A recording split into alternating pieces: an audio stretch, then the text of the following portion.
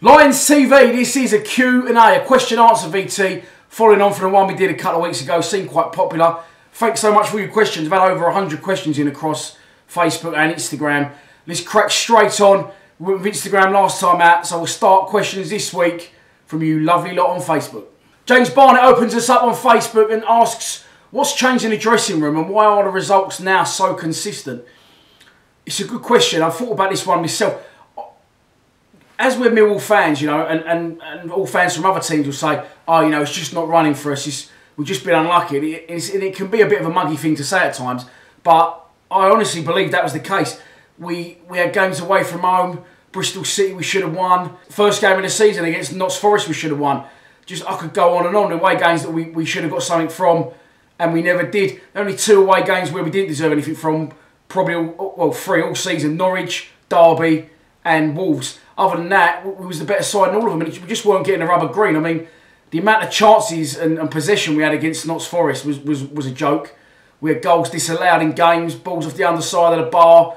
So I think eventually, you know, the mentality of players, they become aware of it. It gets a little bit of rod for your own back. Then you've got to shake that. You've got to shake it off. That hoodoo almost. When we got it, I was confident it would just flow from you, and it's exactly what's happened. And now we've won away from home. You know, we can't stop winning. Obviously, there's the Cahill factor. Cahill coming into the dressing room has obviously give the players a lift. You can see he's absolutely loving it in there, just looking at his social media output every day. But yeah, I just think the players and the manager became very, very conscious that we hadn't won a game away from home, and it just sort of started to grate on their confidence maybe slightly. As soon as we got the 1 win away at Leeds, well, as you've seen, 4 on the bounce since, long may it continue. Next up is Dean Vaughan. He's asked, what happens with AOB once he's back? Does he replace Marshall on the left, or does Marshall stay? This is also a difficult one, and I'll tie it with another question. People asking me, what do I think of Marshall? Oh, I haven't seen enough of Marshall. I've only seen 4 games. Let's bear in mind, he's been at Wolves and been playing reserve football for a long time. And that's you know, it's not the same match fitness as playing in the first team. If I had to go on first impressions of Marshall, I'd say he's a very talented player. I would say that he's technically very good. My only issue with him is, again, he's not left-footed, and we need a left-footed left winger. We seem to have just replaced him with AOB and not really cured the problem, if you know what I mean. He's had 2 very good games for us, and he's had 2 poor games for us. Okay, Burton, no one played well, but my fear is he could be inconsistent, but hopefully he'll shake that with fitness and games. Only time will tell. AOB, I think, will come back into the side. Listen, Harris, he hasn't got his favourites, but you know, he rates AOB, as do I. AOB may not be the most complete footballer in the world, and he may be frustrating at times, but he is a goal threat, which is what you need in a match. That's a fact. You know, you can have all the nice deliveries of Shane Ferguson you like in the world, but you need to affect matches, and the way to affect matches is by scoring goals. I think Marshall will stay in midfield, and I think AOB you'll see use an impact sub until the end of the season, unless he can dislodge Marshall. But I don't think that's going to happen. I think Harris now knows we're safe, and I think he wants to have a good look at Marshall until the season's out. Simon Morph's up next. He says, do I think we can keep Gregors? And if we can't, how much do I think we'll get for him? I don't think Gregory's... The thing is with Gregors, the problem that he's got, it's not a problem, is he's come into the game late and he's made a name for himself late. Make no mistake, if Lee Gregory was 24, 25 years old, someone would have bought him by now for £5-6 million. I don't doubt that at all. Gary Medine recently went to Cardiff, not on the same planet as Gregors. Gregors is an all-round superb footballer. He really is. Obviously, at times... his finishing has a little bit to be desired, but lately he's shook that again. He's full of confidence. His work rate is second to none.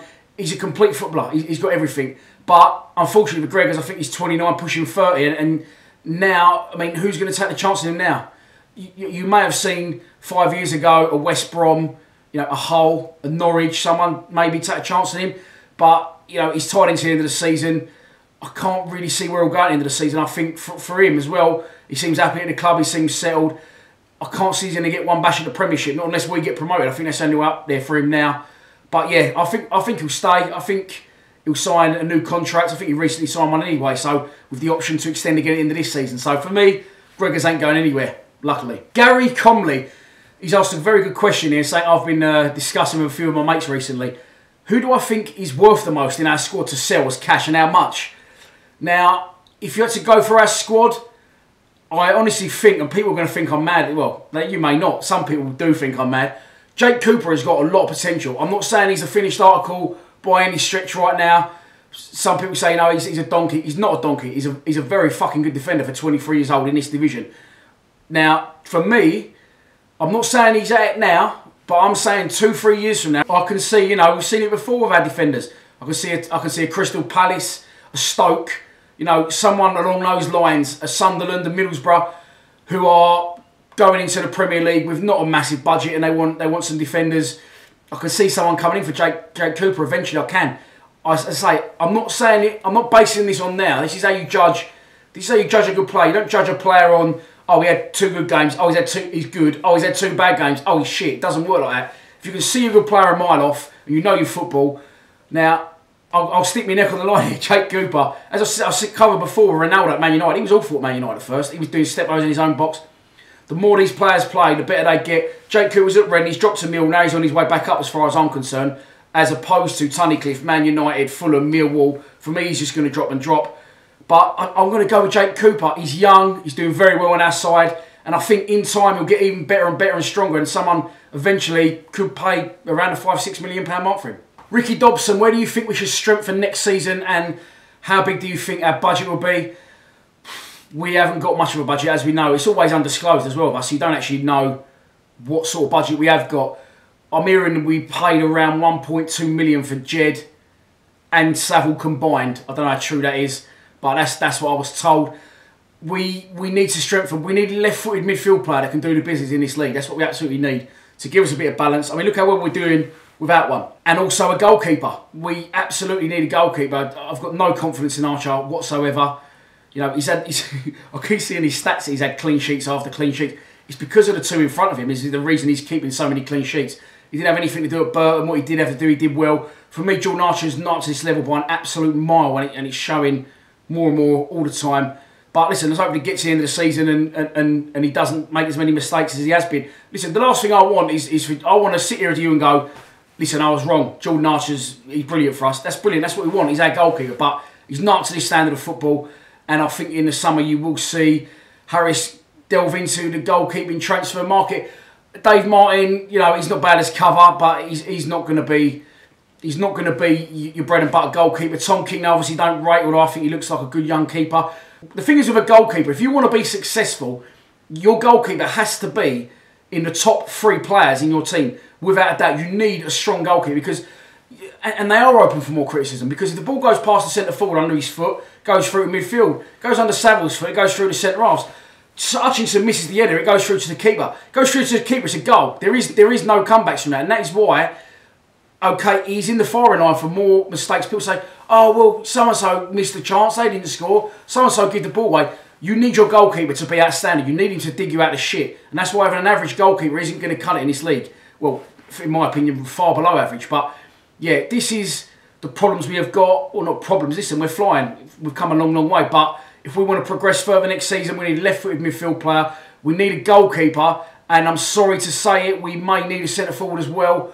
Morrison is getting on now. He does very, very well still. He uses his experience and his way of playing very well in this division to keep himself going. But we said it before. If we splashed out 3 players, centre forward, left mid, goalkeeper, we'd have a real chance of going up. Not that we haven't this year anyway. So that is it. I've waffled on for long enough. This could be a to be continued, VT. I've been going on for a good while about things, and I've not got even halfway through the questions. So if I haven't put it in this VT, keep writing the next VT, and I will try and get through all the questions, sensible ones. There's one about my favourite amphibian. I'll probably go reptile. Just made that up. I don't even know if it is an amphibian. See you in the next VT. Come on, you lines.